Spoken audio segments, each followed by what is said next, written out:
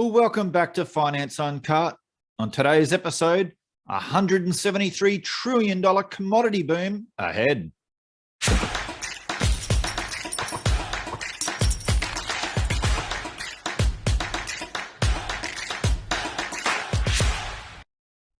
I did this video back in June. Billionaire says buy gold, silver, and commodities, where billionaire Paul Tudor Jones, in an interview, basically said commodities are the trade to go. This is back in June, and obviously with a lot of commodities, and especially energy commodities, he's definitely been proven right there.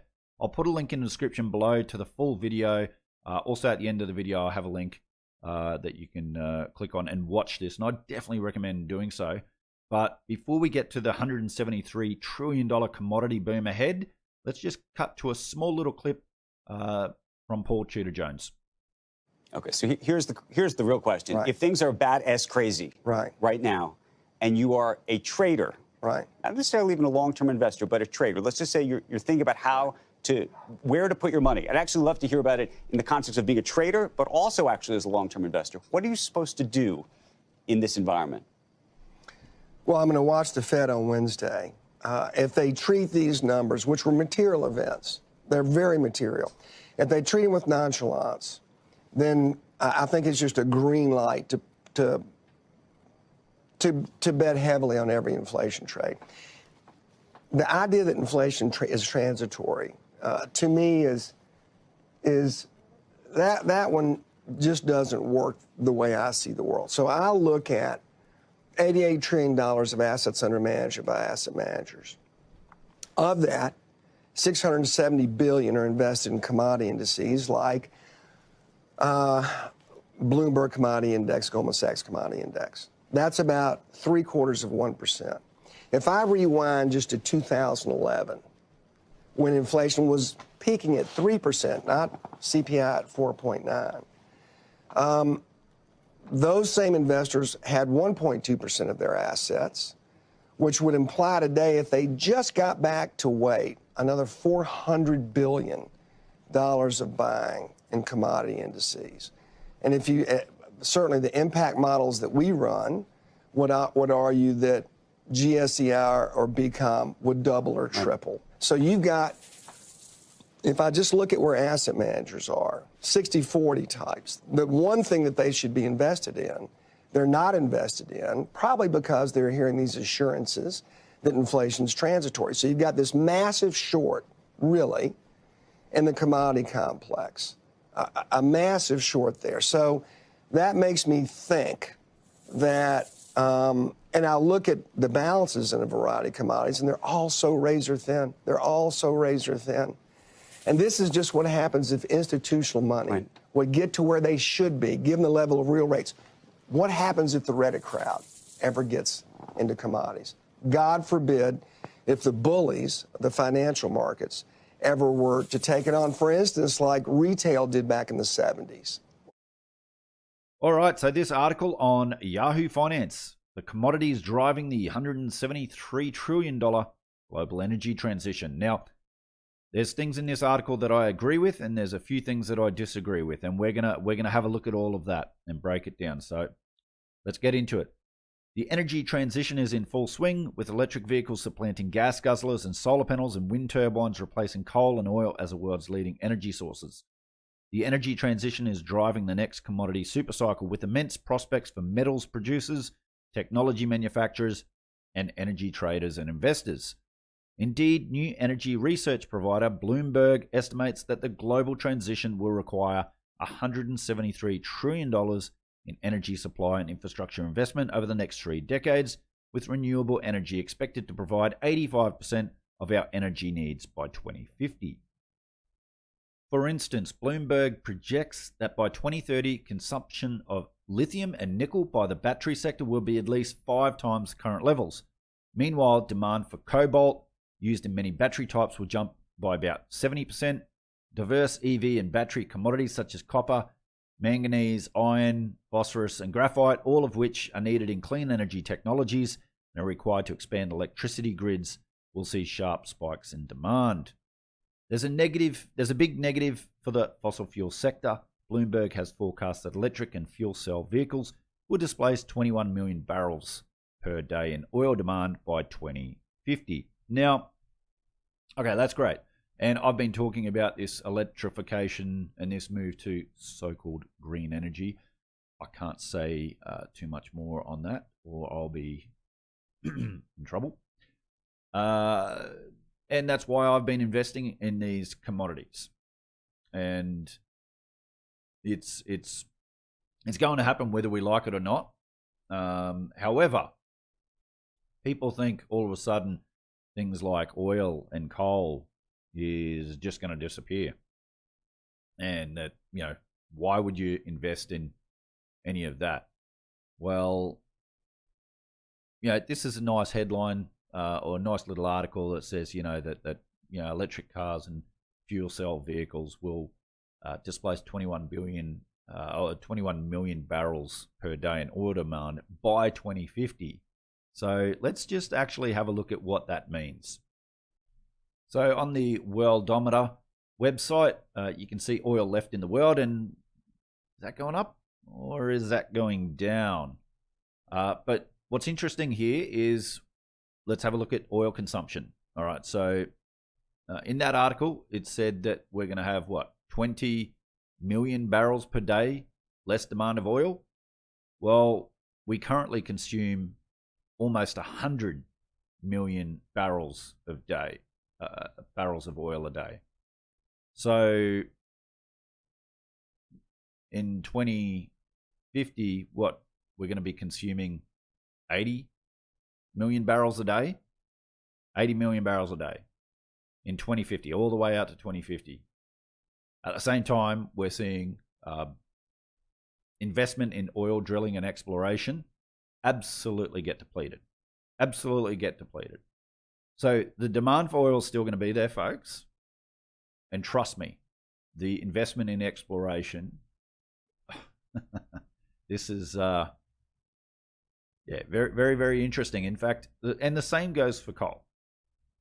And those of you that may not know, from the 1990s, what was the industry that was most demonized around the world, media, whatever,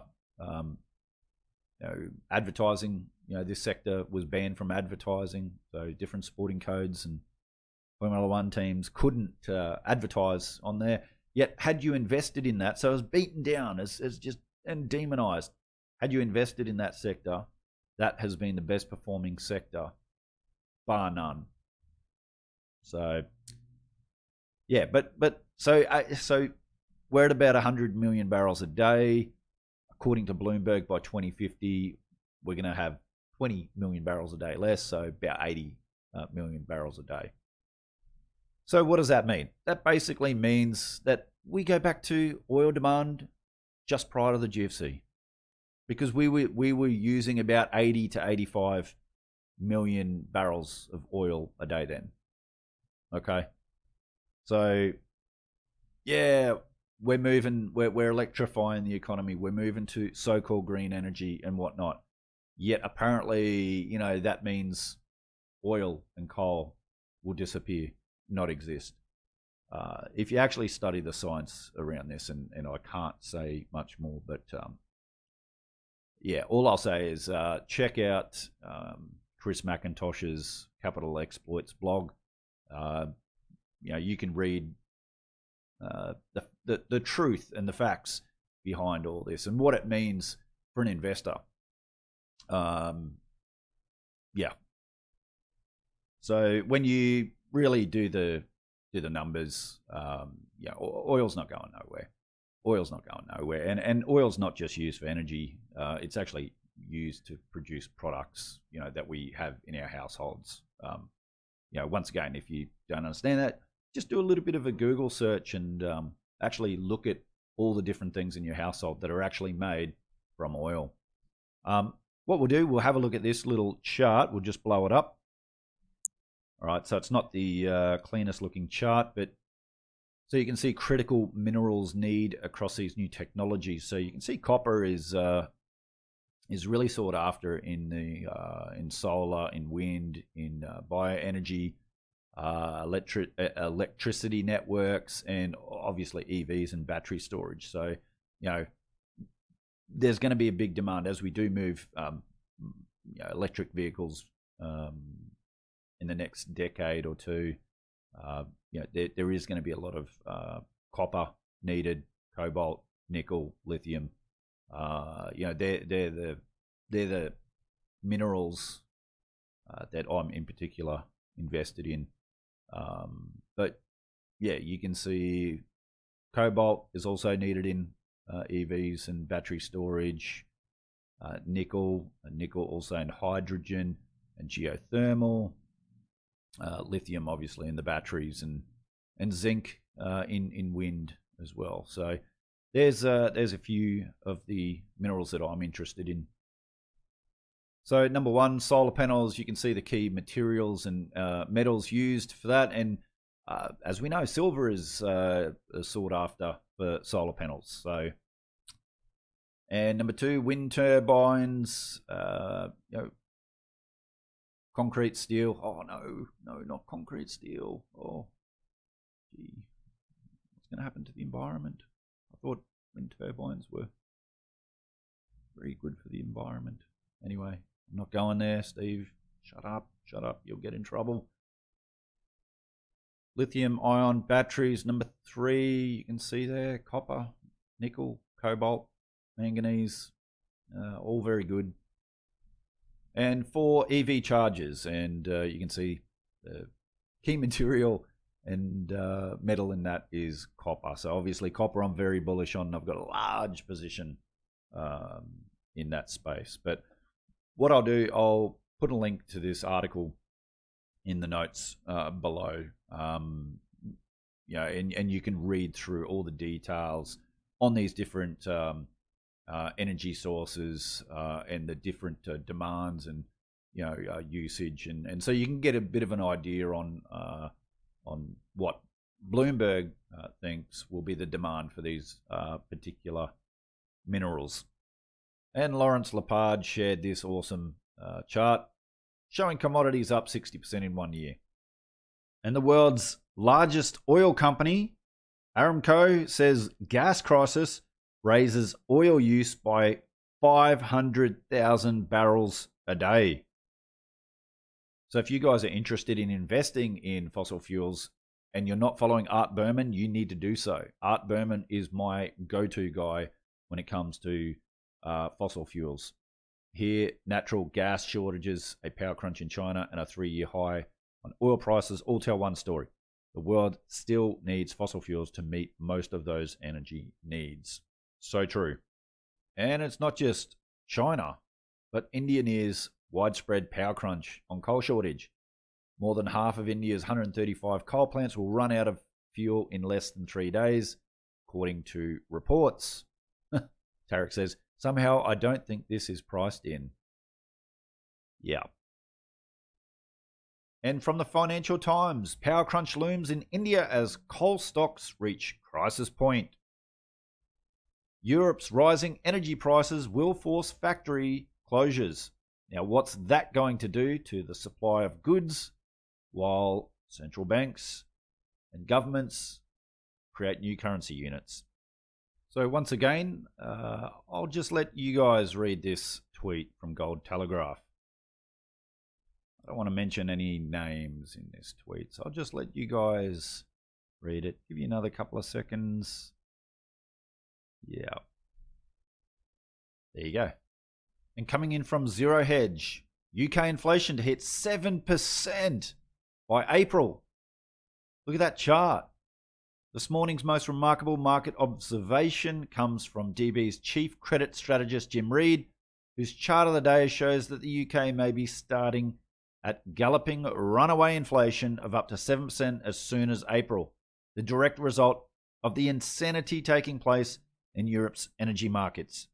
Picking up on our obsession with soaring break-evens, this morning Reed points out that the extraordinary moves in natural gas prices have continued to drive global inflation break-evens to multi-year highs, with the standout feature of the last 24 hours being that index linked bonds are now implying UK retail price index, or the RPI, inflation will be at 7% in April next year.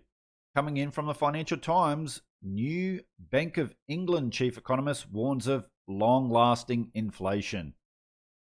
Finally, we're starting to hear it's not transitory. And coming in from MarketWatch, stagflation is here, following a month of rising prices, Bank of America analysts say. Jim Bianco tweeted this: Wall Street keeps saying inflation cannot be persistent unless or until we have wage inflation. Well, have a look at what Bloomberg markets are reporting. Bank of America is bumping its minimum hourly wage $21, taking another step toward a goal of paying $25 by 2025. Okay, inflation. So Ben Rickett retweeted the IMF, where the IMF said resurgent inflation around the world is likely to be temporary, though IMF staff say that there are risks of a pickup in their latest blog. And Ben Rickett retweeted that, saying there is nothing so permanent as a temporary government program. Who said that? Milton Friedman. Inflation is by design a shadow policy. When the majority realize this, everything will shift. What he's talking about is when people realize that their currency, their savings, are being devalued, they're going to want to exchange that for hard assets, for real assets like gold and silver and commodities. All right, so we can see this 6-month return, copper versus crude, and copper's gone sideways, probably slightly down. Oil's done very, very well. And you can see the Brent oil is over $80 a barrel. And remember last year when oil went negative in the futures market? Have a look at oil now. And coal. Wow, hasn't this been a great play for me? I invested in coal last year and I've shared this. I paid 1.8, 1.9, 2 times earnings, 3 times earnings, 4 times earnings for coal companies. I mean, they were just beaten down. No one wanted them. And all of them are paying. I'm receiving close to 20% dividend. And here in Australia, that's fully franked. From what I bought them at, I'm getting a 20% a year dividend. Thank you very much. And look at the chart. Look at the chart of coal. Sensational. So the free cash flow I'm getting from my positions here in coal, and to be honest, some of my coal stocks are up, 300%, 400%. Yeah, I'm definitely not selling. I'm not selling. I'm just receiving too much cash flow from these businesses. And natural gas, once again, look at that chart. It speaks for itself. Really does. And this whole move away from fossil fuels to so-called green renewable energy, and I've really got to bite my tongue. It's great. Get into those metals that are going to benefit from the green movement, the electrification of the economy. But if you think that fossil fuels are going to disappear, you're kidding yourselves. And this is providing really deep value plays for me. And Goldman raises year-end oil price target to $90. Well, a few months ago, in one of my videos I did with young Sam, Sam asked me what my 2 predictions were for the end of the year. I can't remember what one of them was, but the other one, I said I wouldn't be surprised if oil is above $90 a barrel, if it's in the 90s. So I said that a few months ago. And oil actually fell a little bit, fell back into the 60s, and some people said, Steve, you don't know what you're talking about. Everyone just expects everything to go up in one line, in a straight line, or down in one straight line. That's not how markets work. And you can see here, so Goldman Sachs, Brent oil price have reached new highs since October 2018, and we forecast that this rally will continue with our year-end Brent forecast of $90 a barrel compared to $80 previously. While we have long held a bullish oil view, the current global oil supply-demand deficit is larger than we expected. Oh, duh. With the recovery in global demand from the Delta impact even faster than our above consensus forecast, and with global supply remaining short of our below consensus forecast. Welcome to the party, guys. And the G10 inflation surprises have hit a record high. Never been higher, friends. So, surely it's clear that we have inflation. Surely. Have people woken up yet? Central banks say that it's transitory. Now central banks are actually saying, oh, maybe not. Maybe it's going to last a little bit longer. Come on.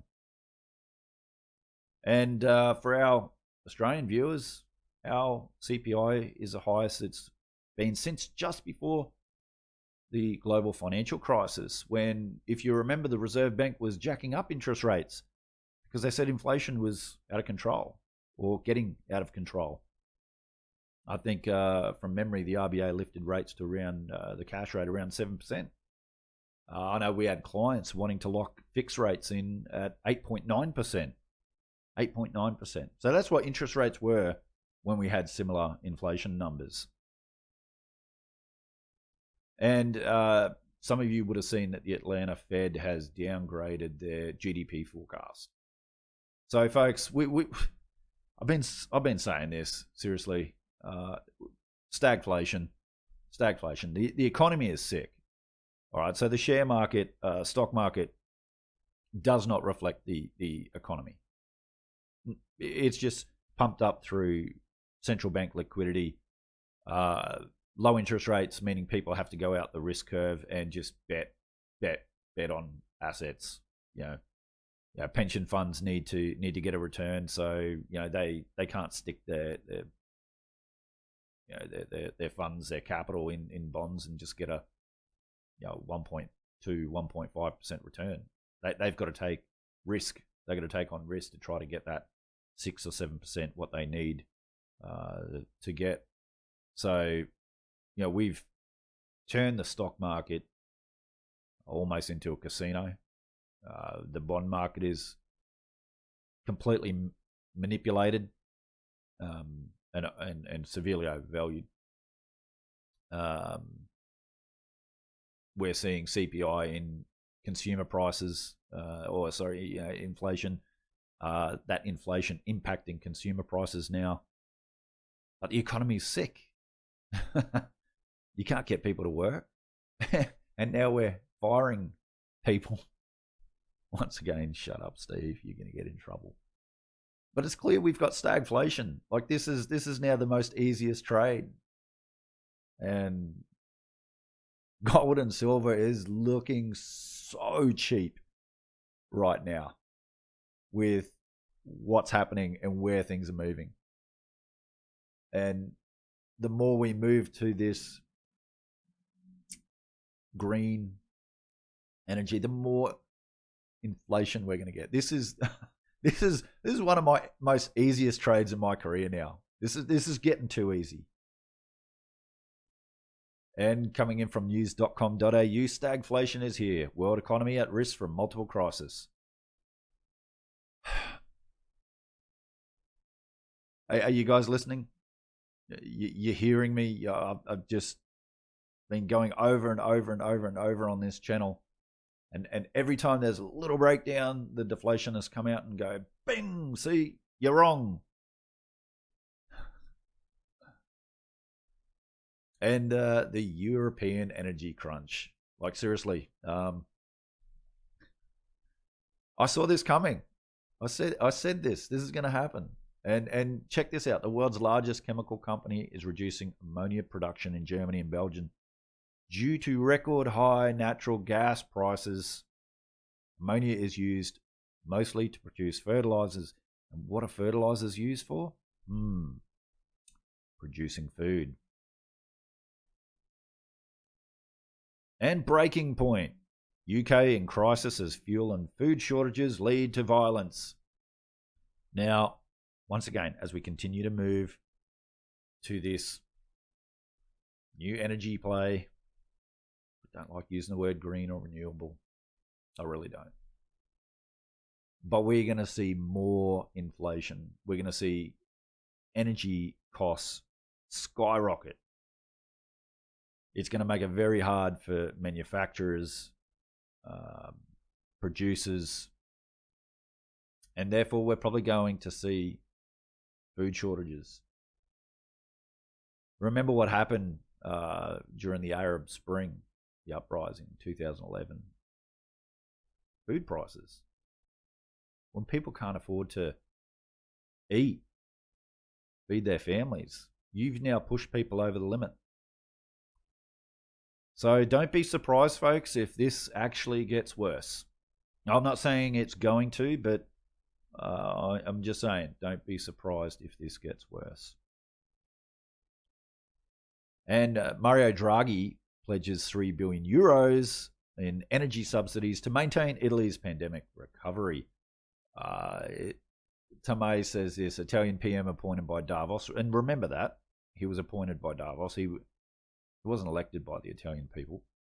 First declares 40% increase in energy prices. Then government help package for the poor. This is how central banks conquer nations in the 21st century. First cut their basic needs and then make them addicted to banks to currency. Bravo, well said, Tomei. And ESG makes coal great again. I'll just leave this on the screen and let you guys read this, because if I say it out loud, I'm going to get in trouble. So I'll give you a few seconds. Just read that. Just read it. Yep, 5% growth this year, another 3%. So it's still growing. And don't forget, China, India, the Indian energy minister said that they'll be buying Aussie coal, I guess I can say that word at this point, for the next several decades. Each and every year they're going to buy more and more coal for the next several decades, Aussie coal. So there you go. And Michael Burry, the jump in prices has drawn complaints from some in Europe that green policies can raise costs on consumers. Question: so ESG is inflationary? Who could have seen that coming? Answer: any ex-Californian. Seriously, Michael Burry gets it. Michael Burry gets it. Are you guys getting it?